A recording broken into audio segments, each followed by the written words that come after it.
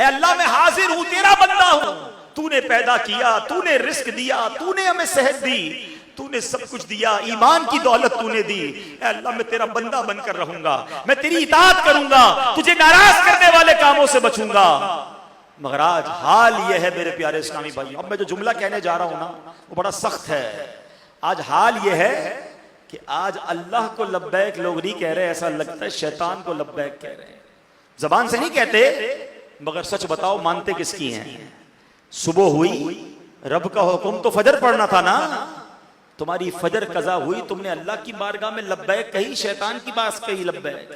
ظہر ہوئی، تمہاری ظہر قضا ہوئی، تم نے کس کو لبیک کہا؟ رحمان کو یا شیطان کو؟ تمہاری مغرب قضا ہو جاتی ہے، عشاء قضا ہو جاتی ہے، جھوٹ بولتے ہو، حرام کماتے ہو، حرام دیکھتے ہو، سوچو جو گناہ کرنے والا یہ کس کو لبیک کہہ رہا ہے؟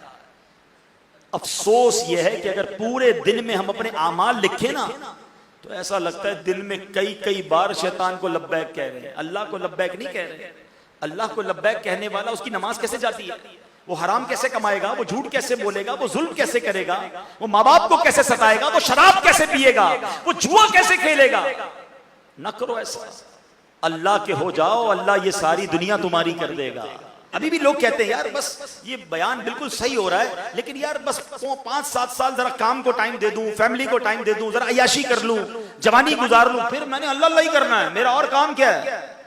وہ اللہ کے بندوں، شیطان یہی تو چاہتا ہے تم ابھی توبہ نہ کرو۔ کئی لوگ توبہ کے انتظار میں ہی دنیا سے چلے گئے۔ کیا جوانوں کی موت نہیں ہوتی؟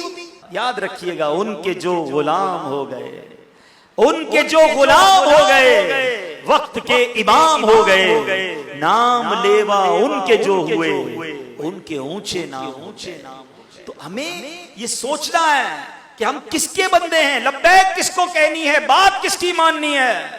آج یہ ذہن بنا کر جاؤ کہ میں نے دل کی گہرائیوں سے روز اپنے رب کی بارگاہ میں لبیک کہنا ہے۔ ادھر مؤذن فجر کی اذان دے گا، ادھر میں نے لبیک کہہ کر مسجد میں حاضر ہو جانا ہے۔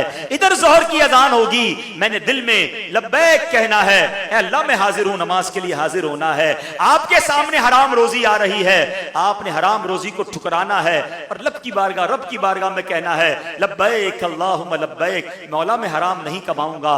حرام کام کرنے کو جی چاہے، کوئی دوست بلائے، شیطان برگلائے، نہیں لبیک کہہ چکا، اللہ کا بندہ ہوں، حرام کی طرف نہیں جاؤں گا۔ ذکر کیجئے، درود پڑھیے اور زندگی سنتوں کے مطابق گزاریے۔ اس طرح کی جب زندگی گزاری نا تو پھر انشاءاللہ قبر میں بھی چین ہوگا، محشر میں بھی چین ہوگا، اور اللہ نے چاہا مکے مدینے کی حاضریاں اور وہاں جا کر بھی لبیک پڑھنا نصیب ہوگا۔ اللہ مجھے اور آپ کو اپنی اطاعت والی زندگی گزارنے کی توفیق عطا فرمائے۔